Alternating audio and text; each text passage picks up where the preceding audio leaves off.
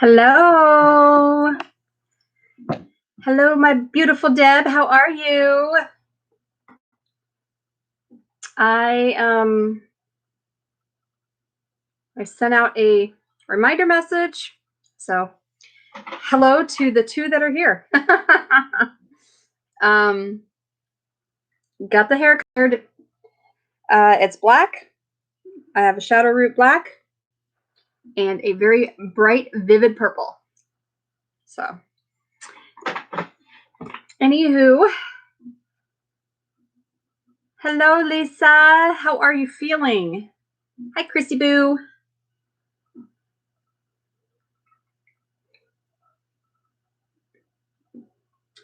So, what do we think? It almost looks blue. Michelle, hi, honey. How are you? Oh my goodness. Where have you been? Hello, Lynn. Thank you. Yay. Good. I'm glad. Gotta wait for the everything to rub off the scalp, but because I didn't obviously do a very good job with rinsing, but it does look blue instead of purple, but I promise you, it is a very vivid purple.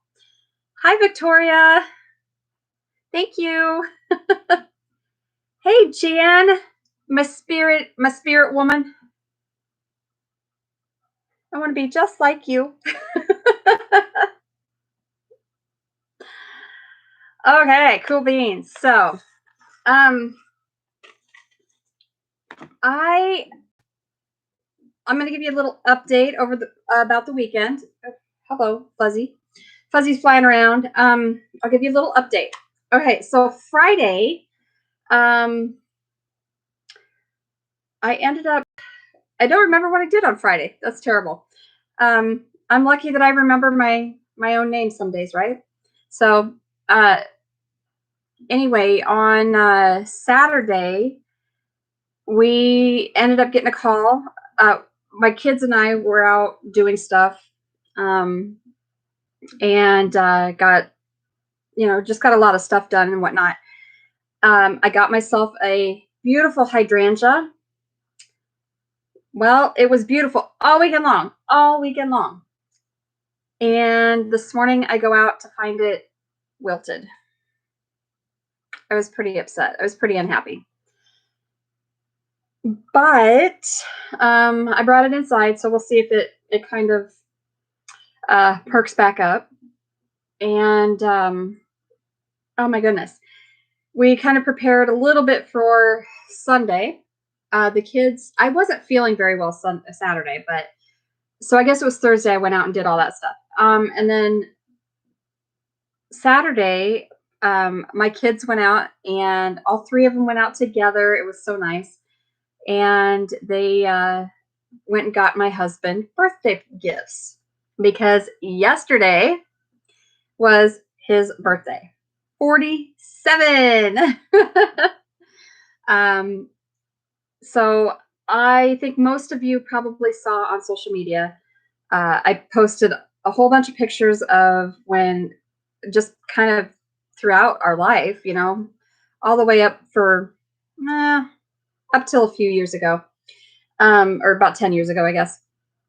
Anyway, we are getting like a ton of comments on the picture or it was a picture when my senior prom.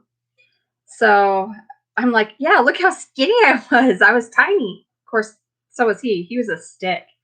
So anyway, got lots of happy birthdays for him, and that was great. So I was very thankful. So thank you for all of you that commented and said happy birthday and liked it. And the hydrangea is not root bound that I'm aware of, because when I brought it home from the store, it was beautiful and perky, and now it's just like wilted. It looks terrible. I do want to transplant it, but I'm gonna hold off on it. and see what happens. We did have a very busy weekend. So yesterday then was his birthday. We had my oldest daughter made him a cake in the shape of a Millennium Falcon. He's a Star Wars nut. He loves Star Wars. Thanks, Deb. Tony is his name, and I don't know. Well, he's out. He's out and about right now with my son, with our son. So he got a Millennium Falcon birthday cake, and he got two records, 78s, big records. One was the Breakfast Club, and the other one was ABBA Gold. He loves ABBA because it reminds him of his childhood. But his mom was a big ABBA fan, so he got those, and my son. Oh, and then she got him. What else did she get him? Oh, she got him 2 shirts, just work shirts, and she got him or I shouldn't say beautiful, a really nice dressy shirt, and then we ended up. Let's see, what else did she get him? I think that's all she got him. Our oldest daughter did, and made him the cake. I got him a pair of work shorts, pair of flip flops, and I have another pair of work shorts on the way for him. Our son got him the game that he's been playing. He kind of stole my son's game from him to play, and it's Modern Warfare, the new one. And so my son actually got that for him for his birthday. And then last night, the two of them sat and played online together, side by side in the living room. And they had a great time. So they did that for probably a couple hours, and they haven't done that since, well, they haven't played video games together in a long time. So it was really, really nice to have father-son time. So then our youngest daughter got him a new pair of work boots. So he kind of got spoiled for his birthday, which was good. In fact, they're back. I hear my son's voice. Then my oldest daughter actually ended up getting birthday dinner for him, but it's for the family, and she got Texas Roadhouse. So I got a wonderful prime rib last night. Yes. I love, love, love prime rib. That's my favorite cut of beef. So Lisa, I will pop that out this afternoon and take a look at it. The hydrangea. And awesome, Lynn. I'm glad that you transplanted the tomatoes. That is awesome. Hi, Amy June. And yes, Amy June sent him a 5-pound bag of Haribo gummy bears. Uh-oh. And a package arriving today due to peer pressure. What? Oh, Jan, tell the crazy goat lady happy birthday, and all of you, may the 4th be with you. Tony is still a youngster, yes. We both are, really. I mean, we're not that old. Hi, Misty. How are you, honey? Okay, well, then I'll send Connor up to the mailbox here in a little bit, Amy, and I'll let you know. Oh, I know what it was. I remember now. Okay, never mind. I know what it is. Yay. It's already here. That's awesome. She just sent that on Friday. Tony and I went, I guess it was Friday that Tony and I went running around. It wasn't it, Amy? Because I was talking, I actually had a phone call with her while we were out and about, because I went to the neurologist Friday. That's what it was. Woo! How things come back to you. My neurology appointment was just a checkup, just a 6-month checkup. And oh, that's cool. That is way cool, Misty. Yes, purple potatoes and tomatoes. Woohoo! So I have not been on any of my meds except for my as needed medications since like August of last year. August or September. I think it was August. And the only ones I take now are um, for nausea and vertigo and, well, frankly, anxiety. So I take those when I need them. And I talked to her, and she had supported this. She had supported it 6 months ago when I was there to see her, 6 or 7 months ago. But I talked to her at length yesterday, and I downloaded and printed off the application for my medical card. So I have tried everything and anything to help with my migraines and my fibro, and nothing has been very successful. So the only thing that I have found to be successful is a controlled substance. So I am now going to be getting my medical card so that I'm legal. And hopefully, because I don't take any other medications, and I only take that when I'm super bad off. So, hi Darcy. How are you, darling? So everybody, please make sure you hit the thumbs up. And I think that's all I have for the update. Darcy, I'm doing well. I don't feel fantastic today, but Kennedy did my hair, so she got my hair did. So I feel a little better with that and putting on some makeup. You know, when you look good, you feel good and whatnot. I had a lovely conversation with Deb last night on Messenger, and we were talking about, you know, the fact that being on disability kind of stinks because, you know, I was a nurse, and that has been my life's calling forever.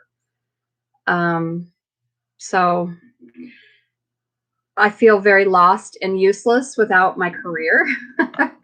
But she's like, wait a minute. No, you're doing awesome, so don't worry about it. So it was nice to have a little bit of reassurance from somebody on the outside, not directly in the situation with me. So thank you, Deb, for the wonderful pep talk last night, because I really need it. I appreciate it. Okay, so last week, Victoria, we had mentioned that maybe I should, look stuff up, and we could talk about the whole food supply chain thing going on. And so I did, and this morning I did a little bit of catch up as well with it. Yes, there are, in fact, our food supply chain right now is it's cracked. And we have dairy farmers dumping milk. They were dumping milk into, hog pits, into the holding tanks and whatnot. And it was being mixed in with manure, and that's being used as fertilizer. It's fantastic fertilizer, actually. I agree with you, Deb. Changes are very hard. And this has been kind of this right now is a huge change for everybody in the world, really. So I actually took some notes because I thought, well, I don't want to misquote anything, and I'm not giving advice, so please do not think that this is advice. I am just merely discussing what I've read. And the only advice that I will give is that through anything and everything, through all of this, it is now more important than absolutely ever for us to be growing as much as we can on our own. And Well, hi, Sweet Bean Farm. Yay! Hi. My goodness. How are you, girly? And how are those little lammies? They're so cute. Um so we in the state of Iowa, we are a huge pork. We actually contribute, I want to say we are like 10% uh of the world's pork. Um we make up 10% of the world's pork producing. And that is absolutely crazy.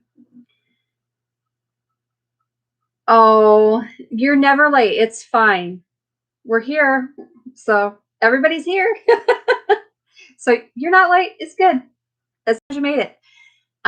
So anywho, uh, we've also had reports. Okay, so we've had reports of the dairy farmers, dumping excess milk because they have nowhere to take it. They have nowhere to process it, you know, et cetera, et cetera.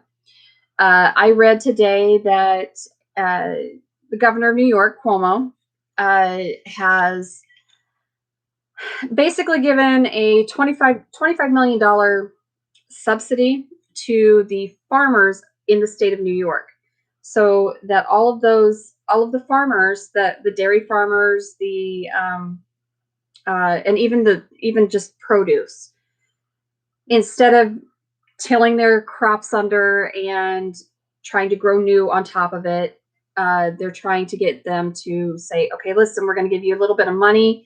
What we want you to do is take your stuff and donate it. Give it to the food banks, that kind of stuff. The same with the dairy producers. So my understanding is that they are working. Hello, fly. Ooh, every time. Why? Every time. um, so uh, yeah, and I will talk about that too, Misty, here in just a little bit. So the dairy farmers are now also being able to. They are working with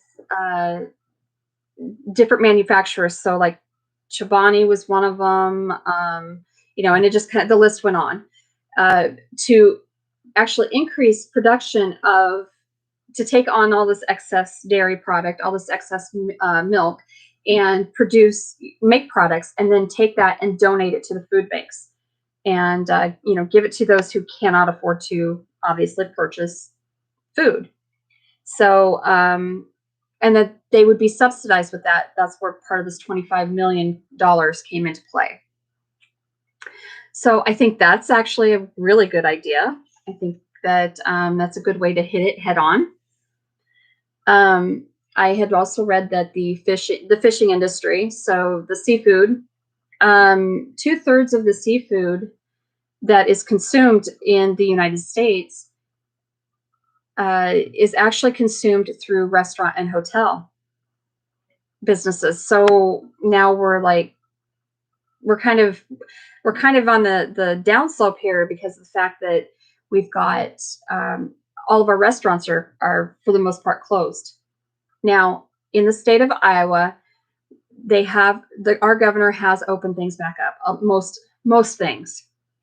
Now, the restaurants, you can go in, but there are strict guidelines, that kind of stuff. So hopefully, this kind of stuff the food supply chain will be getting repaired.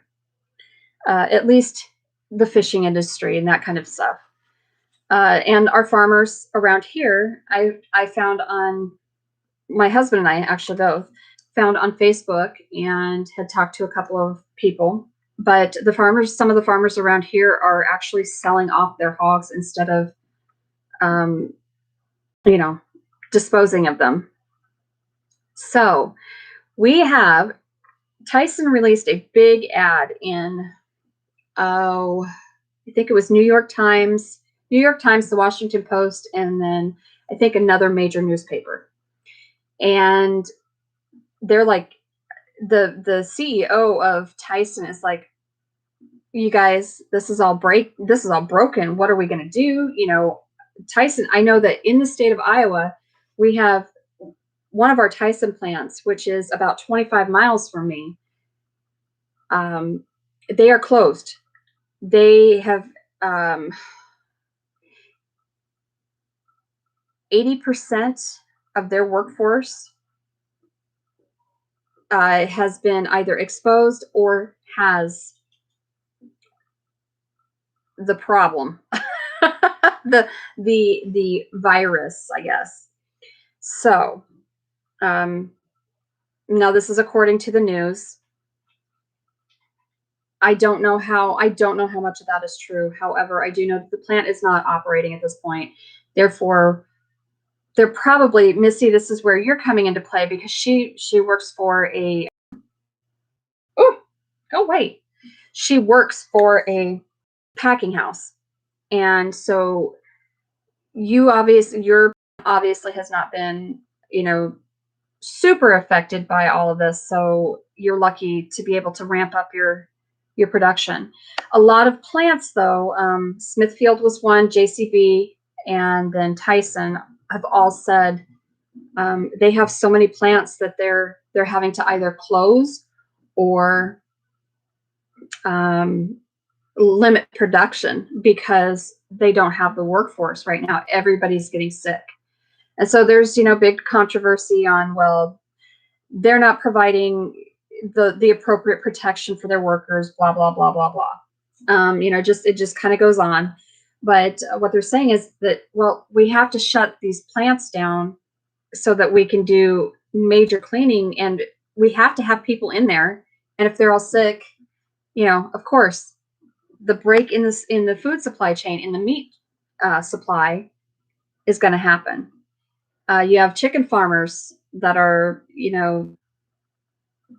they're breaking like eggs by the hundreds of dozens because they don't have anywhere to take them to process. So, yeah, Missy, I know, I would assume, and only because I know from experience with my mother and my dad too, it's really hard to keep help in a packing house anyway. And with all of this going on, I can't see how you would be able to keep a whole lot of help going. So, um, you are really in a predicament. And the problem is that if you don't go to work, you don't make money. But they are making. Tyson has a package going on, benefits package going on for those employees that are affected. They're still getting the unemployment or something of that nature, or hazard pay or something of that nature. I'm not positive. I didn't delve into that too deep, so that is not a fact. That is just what I remember reading.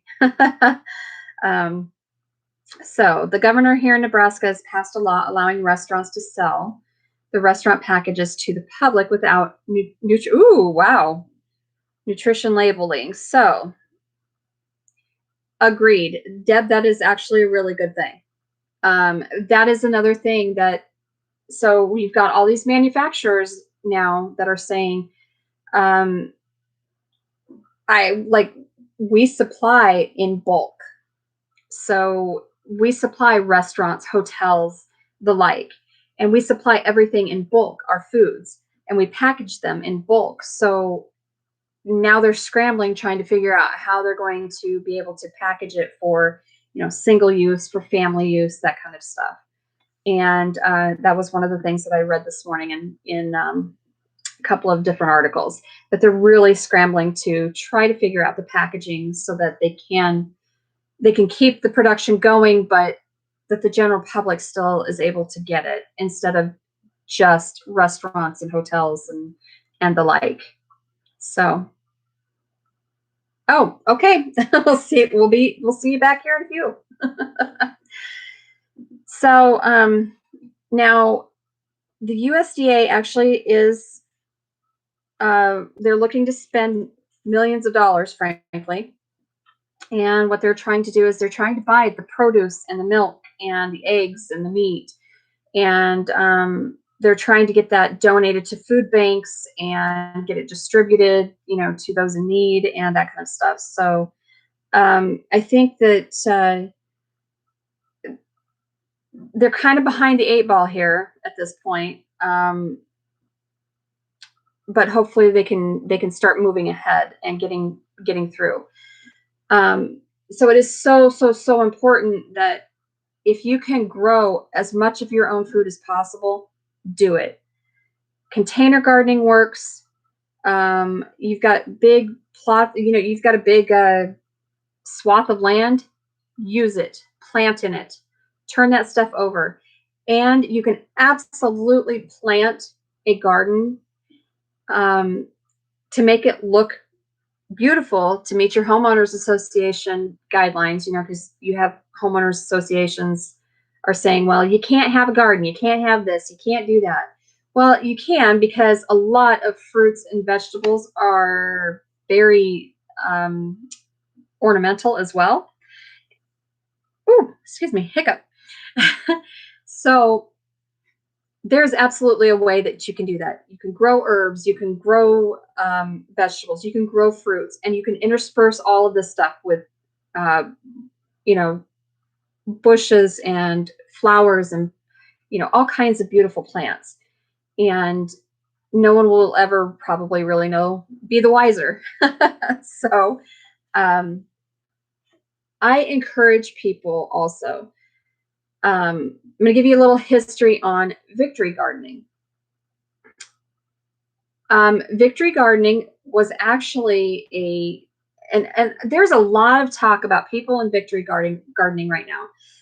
The times are different, and so things have to be modified for the current situation. However, the history is still the same.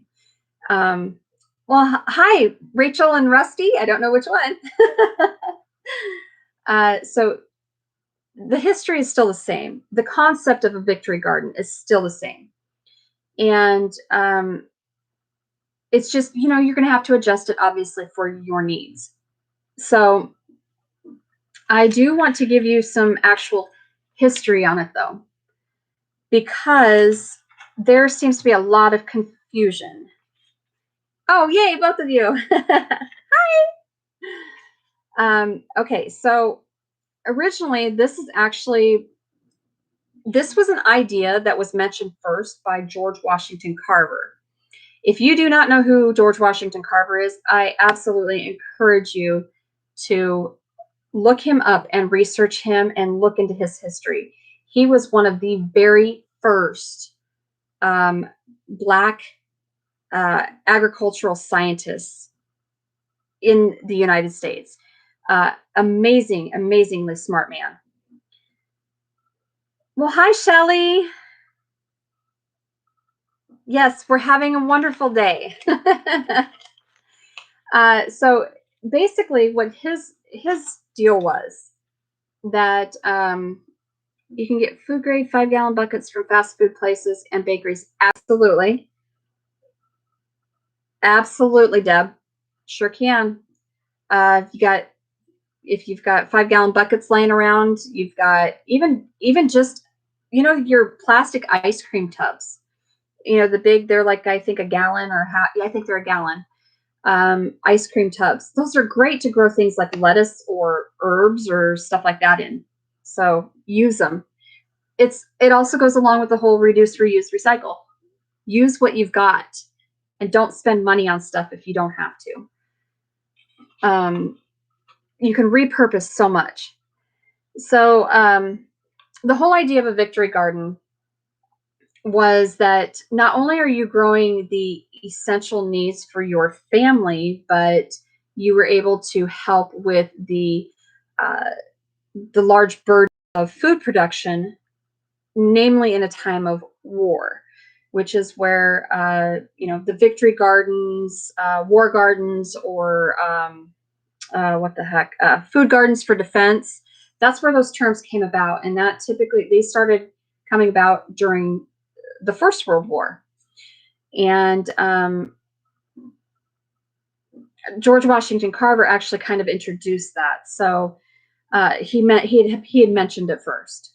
But originally what he had started with was that he wanted the poorest of the farmers to start growing crops for their own foods, for their own needs, versus growing repeated cotton field after cotton field after cotton field and plantings of the same, of a monocrop.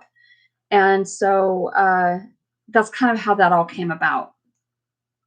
Um, and then, especially during World War II, this actually ended up boosting just morale in general, because you were helping you were not, by growing a victory garden or by growing a garden of your own and growing a little bit extra than what you needed, you were helping the food supply chain, because and the big commercial production of food wasn't so stressed, and they could focus more on getting food to our troops. And so that's where all of this just kept going and going and going. So uh, George Washington Carver was okay. So he was born in I want to say 1880, and he died in 1943. So just at the height, pretty much the height of World War II, really ramping up. And this was really, he was very well known in the communities, well, just worldwide, frankly. At a time where racial tensions were really, really high, and it just, I don't know, it just wasn't good. It wasn't a good time it wasn't a good time to be a Black man in America. So, um, oh, that is awesome. Yes, at the air. Why? And I don't understand why are all of these companies, why are they throwing all of this stuff away? Like, you're going to have to replenish it at some point. So why throw it away? Um, but that is awesome that you got all those plastic cups. They're great. They're fantastic for starting seedlings in. Um, so, little fun fact about George Washington Carver. So he was a Southern man, but he'd end up moving to. He applied. He was very intelligent, and he applied to. I can't remember. He applied to a couple of different colleges to continue education, and they denied him because of his race. So he ended up starting a homestead in Kansas, and he started growing like diverse crops and all kinds of stuff. Well, then in the late 1890s, I believe it was, he actually was accepted at Simpson College here in Iowa, in Indianola, Iowa, and he graduated from there with let's see, he was studying art and piano at the time. And because of all of his beautiful artwork of plants and flowers and things, his piano teacher actually, or art teacher, I can't remember which one it said, what it said, you know what? You really should go, you need to study botany, because that's amazing. What you're doing is amazing. And so he ended up coming to Iowa State University in Ames. Hi, Terry Lynn. So I think that's pretty cool. He was the first Black uh, I guess teacher, because at the time he did not have a doctorate, but they called him doctor, which is kind of cool, frankly, because he was so smart and because his ideas were so fantastic and radical and whatnot. So, but he did actually graduate from Iowa State University with a bachelor's in agricultural science is what it was. Um, so he then, after teaching at Iowa State for a while, he then moved to, he actually taught at the Tuskegee Institute. So, and that's where a lot of his notoriety comes from. Um, so that's just a little history on somebody who was very pivotal in changing the way that food has been grown for a long time now. Um, so he is hailed as an environmentalist, a leader, a great leader in environment, and he won a particular honor from the NAACP back in like 1928. Yes, Amy June, that is correct. He was the first Black student at ISU, and he was the first Black instructor at ISU. How that is just really cool. Like that makes me proud, to be an Iowan. So, I encourage you guys really look into growing your own victory garden. It is the stuff that we do now is so wasteful, and people are just wasting and wasting and wasting. And do you know that through all of this, now that our food chain or food supply chain is damaged at this point, it's cracked. It has actually brought about kind of a social, a light into the social, I guess, inadequacies and the food inadequacies for all of us. It has shown how many people, they don't eat enough fruits and veggies. They don't and they waste so much. Like everybody depends so much on all of this processing. It's crazy. It's also bringing to light, finally, after a lot of years of um,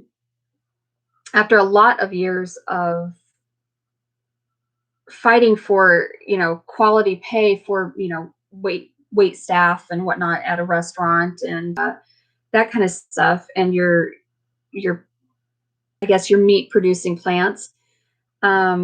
So that is one thing that's actually now they're looking at, like, oh wow, we really need to address this whole pay inequality. So a lot of things have come about through this, and so not everything is bad to come out of this, but we really truly need to take a step back and say, listen, how are we going to fix this problem? Uh,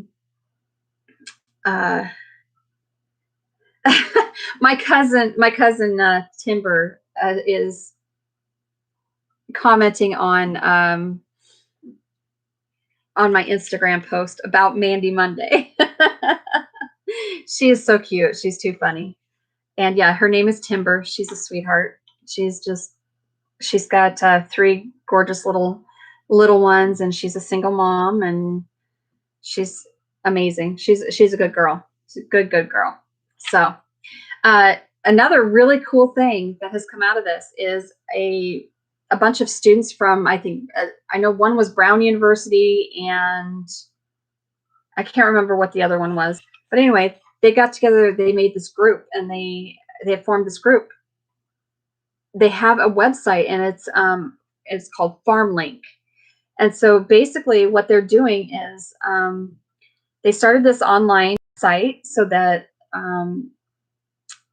basically farmers can connect to each other, and then they can connect to food banks so that they can donate food and whatnot, instead of tilling it under, disking it under and trying to grow new on top of it, actually harvesting it and getting it to food banks and things of that nature. So the site is called the farmlinkproject.org. So just you can go in and do a general Google search if you like, or whatever browser you use, search engine you use. You can look it up, but it's FarmLink. Let's see, what was another thing? So there's some question that there was some questions posed as to why can't the government purchase all of this product and whatnot and actually distribute it through using like the National Guard, what have you, because they're trained specifically for, logistics. And so now while you probably couldn't use like your general army or whatever at this point, your guardsmen would come into play. And in most states, they have already been activated and deployed to do things of this nature, to cart supplies one way or another. So there's a question raised: why can't the government say, okay, we're going to pay these farmers and these producers a little bit of money so that they're not completely, I guess, broke from and lose everything that they would have had in these crops and whatnot. And to oh, hi, Rustic Traditions, how are you? I'm sorry. I saw you come in and it didn't click. I'm so sorry. I agree with you. Anything you grow in your anything anybody can grow is a victory. So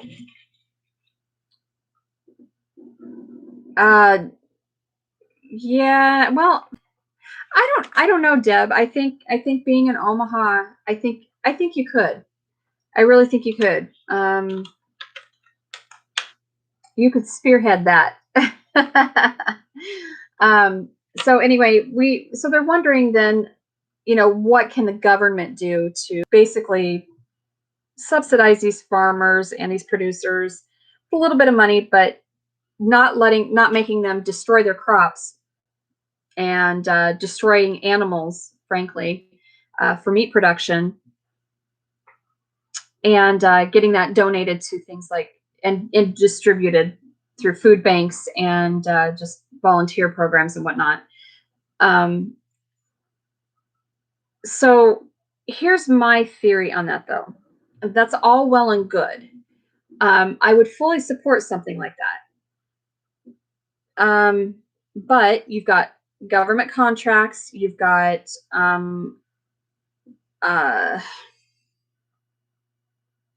like corporate contracts for like our CAFOs, for hogs. Our farmers don't actually own those hogs. The CAFO, the companies that fronted the money,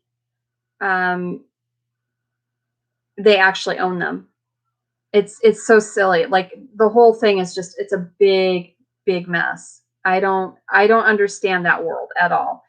And I don't see how that can be profitable for a farmer at all. But and I could be wrong. Like I don't know how that works. I'm not a farmer. I'm not a farmer in that sense. Yep, the chickens, the pork, we have beef. Yeah, we've got so much. The problem now is that you can't keep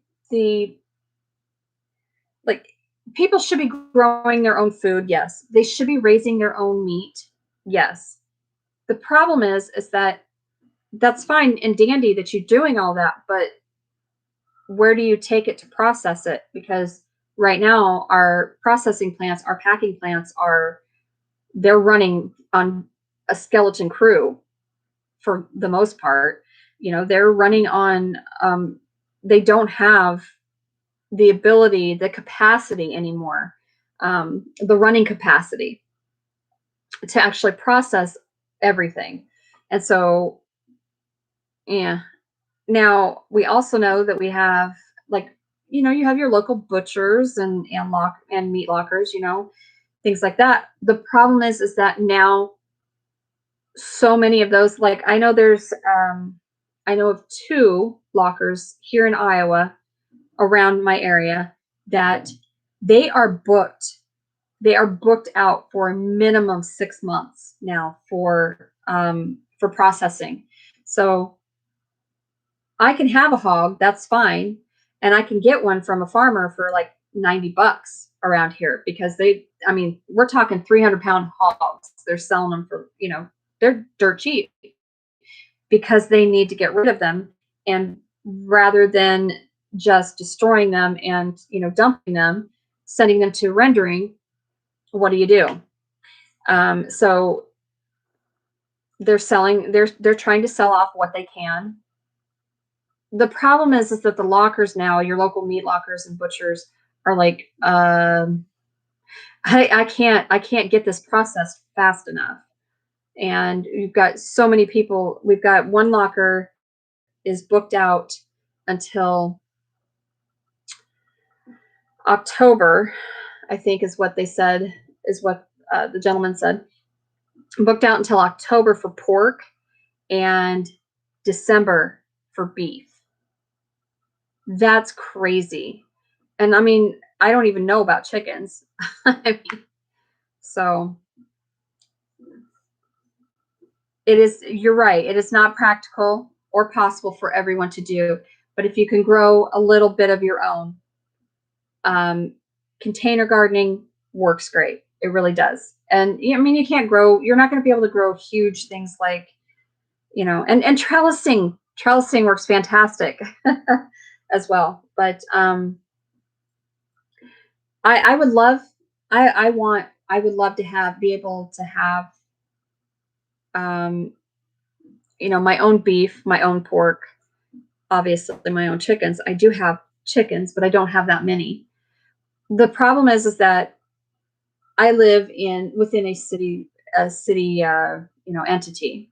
And so for those living in a big city, you're not going to be able to do any of that kind of stuff, unless you own land somewhere where you can put animals on it to grow and process. You're kind of stuck. It's not practical, but you can grow herbs on a windowsill, so you're not having to go out and buy them. Um, you can grow some vegetables on a windowsill or, in a window. Replace your house plants with vegetables and fruits kind of thing. There's a lot of ways to do it. I mean, if you've got a lot of house plants, instead of having house plants, grow some veggies, that kind of stuff. So I'm really hoping though that we're going to get back to a place where we are not going to have, have this issue, at least this deep. I don't know how long that's going to take, and that's kind of a scary thought. So, all right, I'm going to catch up here.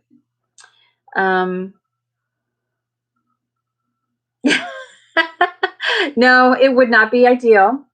So, it would be a great learning experience. You are absolutely correct. And not that it would be very practical, or ideal, but I actually know people who they've purchased a hog. They have taken it out and they have uh, obviously dispatched it, and they've started processing it by, taking all of the insides and whatnot. And what they will do is that they're doing it down, like, in a wildlife area where wildlife thrive. They have food because they're getting the innards. And they're packing that meat up, the carcass, and they're hauling it to their garages and processing it that way. So but you absolutely could. You could do it. It's not the most sanitary or ideal though.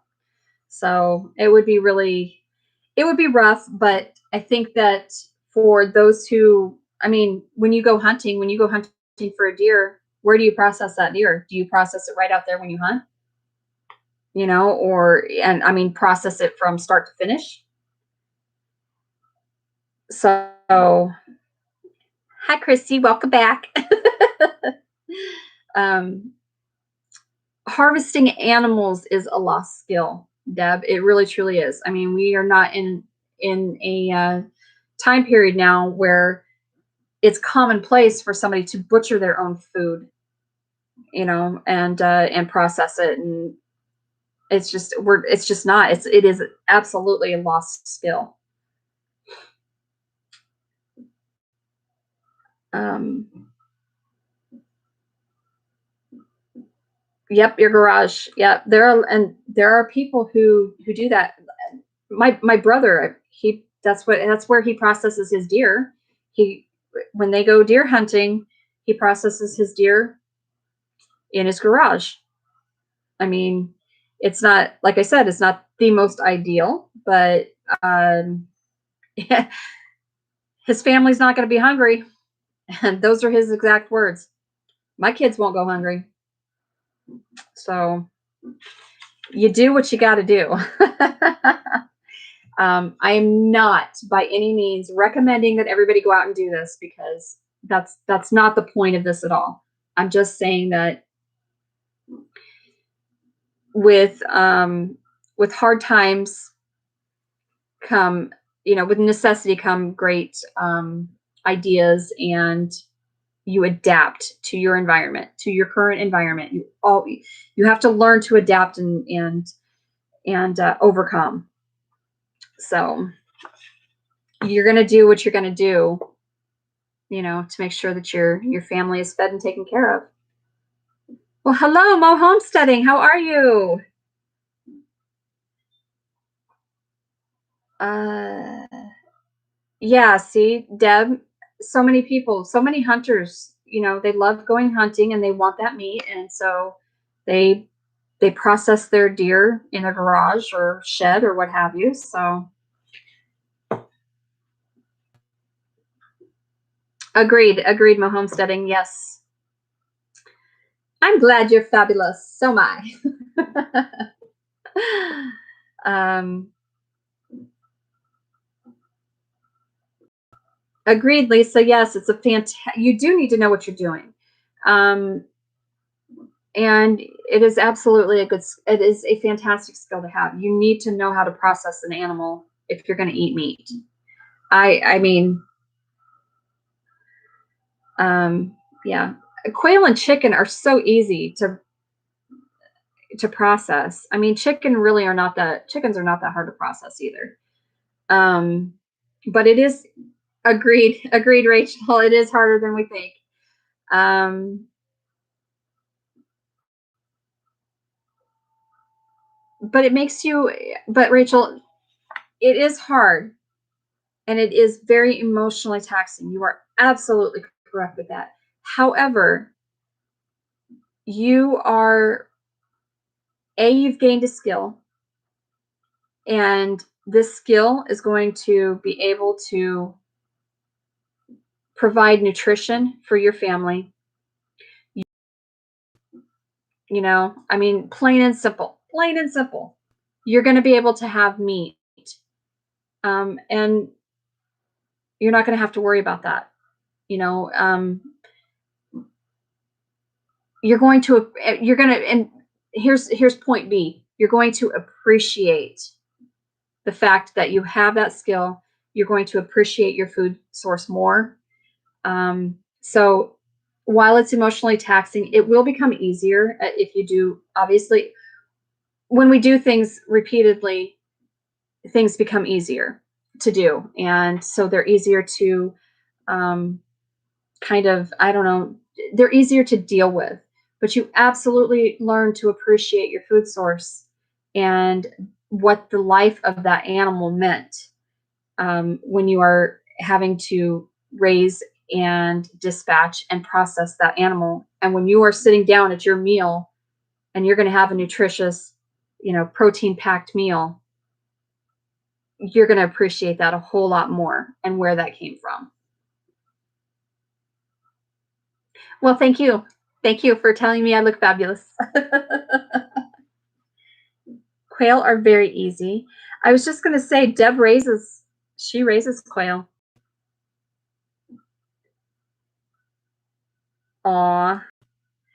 So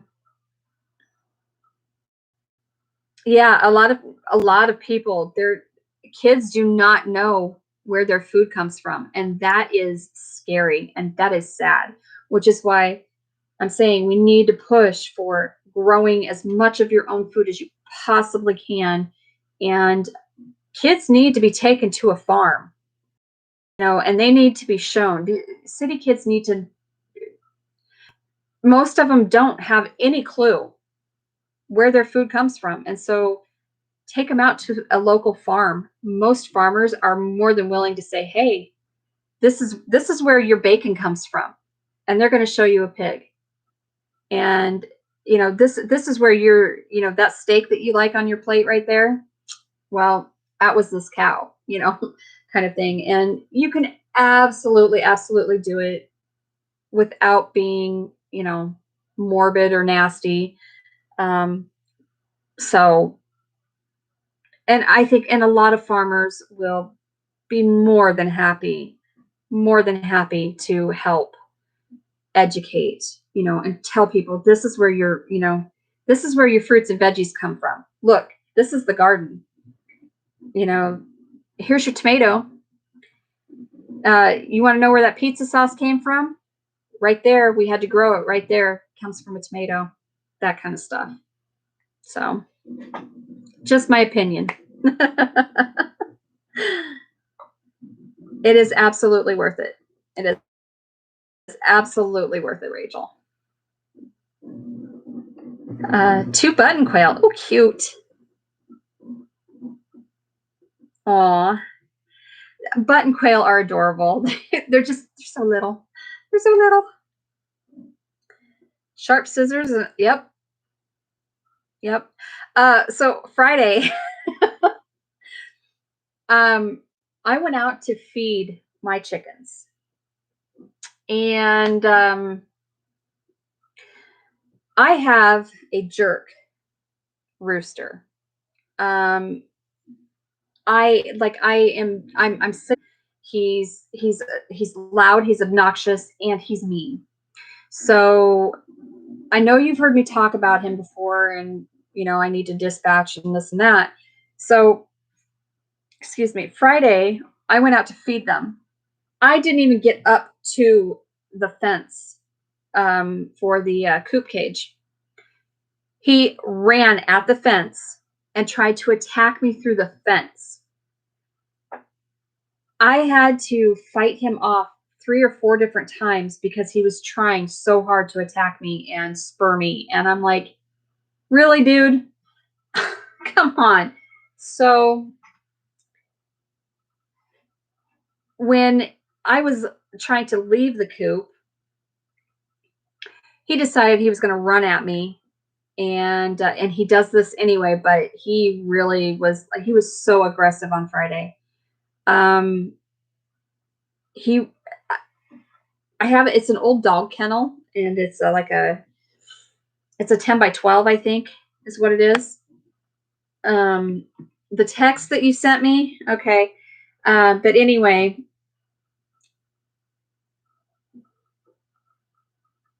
oh my goodness. Okay, I'm going to show you guys this because this is too stinking cute. Amy June has this adorable chicken, and her name is Belle. And look, she's watching. Ah! Oh my gosh, that is too cute, Amy. She just went to her new home. Where'd she go? So on Friday, by the time I was done with Lou, I said, that's it. I'm done. I haven't been able to find our hatchet that we had. I went to Lowe's and I bought a hatchet. Guess who's going to lose their head here soon? She's a Cerama. She's beautiful. Aw, she went back to her breeder. I have TikTok. I just haven't made any videos. I have to take a board in with me so that I've got this plank. It's not overly large or anything, but I have to take it into the coop with me when I go to feed them, and I have to hold it as like a barrier between me and him. And on Friday, he met the broad end of that sucker because I mean, and I am not one to, hit animals or anything like that, but he is such an aggressive jerk. I seriously, I had no way of doing it. I had no other way than I smacked him with it. I didn't hit him hard, but I smacked him hard enough, he jumped back like, oh crap. Why are you getting rid of your birds, Amy?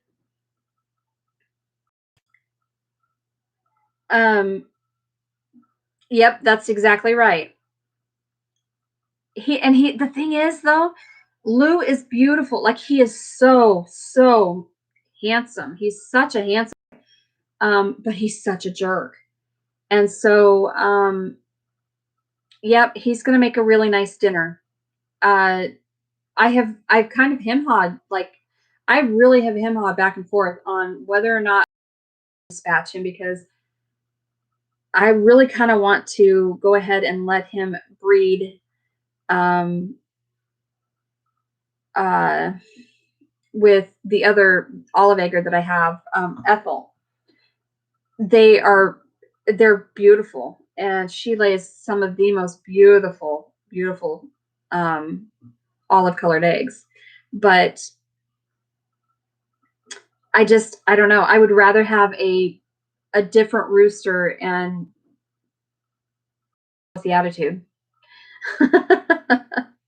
So if I'm able to breed, um, to breed a few of them, uh, that would be good because A would be an egg source, B it would be a true breed, and then C it would be the fact that I would have meat as well if I needed it. So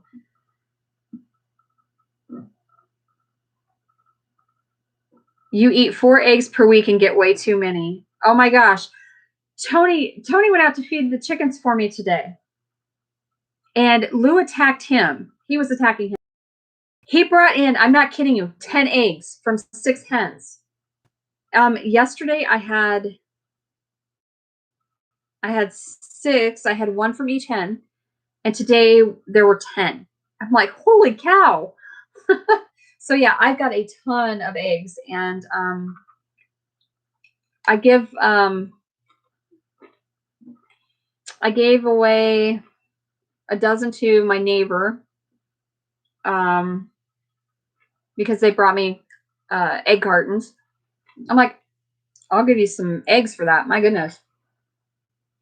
And then I gave a dozen to my daughter's, I guess, boyfriend's parents.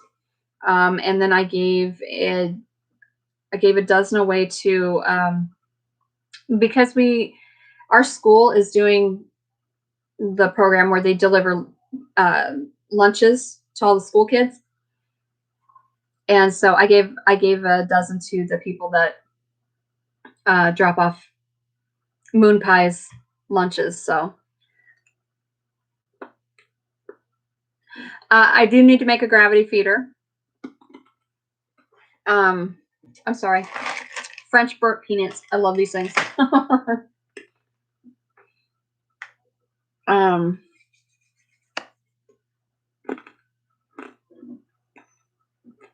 Bar directs to a friend that wants layers. Awesome. Well, yeah, Lou, so noisy. So dang noisy. He crows at all hours of the day and night. He's ridiculous. I do need to make a gravity feeder. I also need a bigger waterer, a better waterer. And because right now I have 6 hens and the roux. So I have 7. But my plan is to build a chicken tractor, a mobile chicken tractor, so that I can get meat birds. And I also need to build, I need to build 2 of them so I can put my egg layers in there too. So, but that way I can move them around on the property and they can eat the grass and, bugs and stuff. But, which is better for them. And it cuts down on my feed costs. So, I found well, Tony pointed it out actually on Friday when we had talked to you. We were sitting at Baumgart's, Amy. And so he'd found a feeder and a water, gravity fed, and they were, top fill. And I think the doing a gravity feeder with PVC would be easy enough to do, and it'd be good. The water though, I don't know. And then also I'm looking at winter time for the water, like how am I going to keep it from being frozen and whatnot. So just kind of sucks. So I'm trying to figure all that out too. But I can only do one thing at a time, and when I have funds available. So that's kind of been. So I've been trying to source as many free materials as I possibly can. I have a 5-gallon bucket that I put the nipples on, and they don't like it. They won't drink from it. It just sits there full, and they'd rather die of thirst than drink from it for whatever stupid reason. I literally took the water away from them altogether and tried the 5-gallon bucket and wouldn't do it. They were not drinking it at all. I don't know why. I tried, and I tried introducing them and all that stuff to the water, but nope, they won't drink from it. My girls are very picky. They're spoiled. They're a little spoiled. I'll just say that. So anywho, okay. An open pan for water. Yeah, the reason I don't do the open one was because the water I have is I plug it in and it's electric, so it'll keep it from freezing in the winter. Right. They didn't learn on it. Yep. So, yeah, so they don't like it. They don't like they do not like the nipple waters. Um, so anywho, I've been on here for just over an hour, and I feel like I'm rambling on.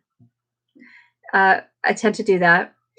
So hopefully I didn't lose everybody. Anywho, all right. So I am going to I'm going to let you guys go, and you can really think about the whole growing your own food movement, because let me tell you, I think it's absolutely necessary, and it's going to be dire at this point before too terribly long. That's my opinion. So, oh, also, Chrissy, I hope you're still in here.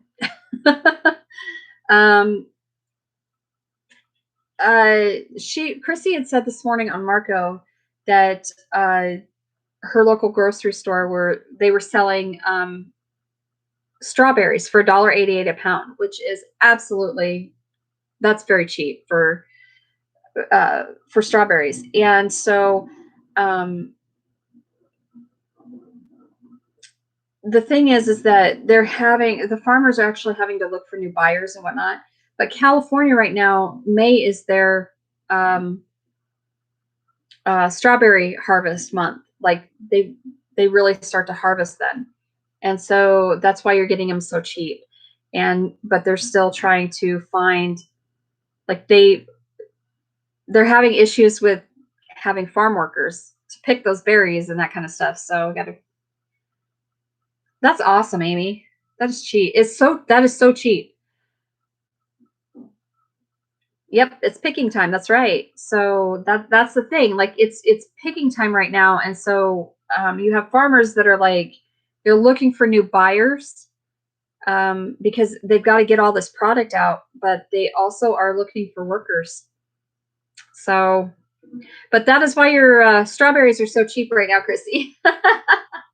I was unaware that this was California's strawberry harvest month. So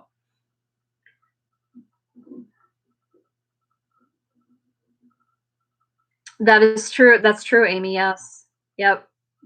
Because the fields are big. We have some beautiful strawberry fields here. There's one just outside of in between Granger and Grimes before you get into Des Moines, and it's the farm is actually Grimes sweet corn, and they have the oh my gosh, they have some of the best sweet corn on the planet. They grow some of the best. Um, so um, but they also do, you can go pick your own sweet corn and you can also go pick your own strawberries, which is really awesome. And so that would be great, but it's not strawberry harvest season here yet. Not quite time. So anyway, okay. So make sure, yeah, Deb, that's a fantastic idea. Buy what you can, freeze it. If you've got the space, freeze it. Just process it somehow. And that's what I told Kirsty. I'm like, stock up on that stuff. Have your girls help you slice them, throw them in the dehydrator. You know, the kids love they love dehydrated strawberries. So I said, make them help you. Give them something to do. Make them help you. Make them wash them and slice them and put them in the dehydrator. And you know, make some jam, make some jelly if you learn how to make jelly. You know, that kind of stuff. So anywho. Okay. I said I was going to go. So I think that is all I had. I just, I think we all just need to make sure that we are growing this year. And I hope that you all practice your social distancing, wash your hands, and I wish you all many blessings for a wonderful week. I am going to try very hard to get my garden in this week. So I've got some of it going, but my tomatoes that I put in the ground, I don't think they're going to make it. So, oh well, I have a whole bunch of others and I still have seed. So, all right, guys, love you all. Live from the earth, play in the dirt, play in the dirt. All right. Love you. And I hope you all have a wonderful week.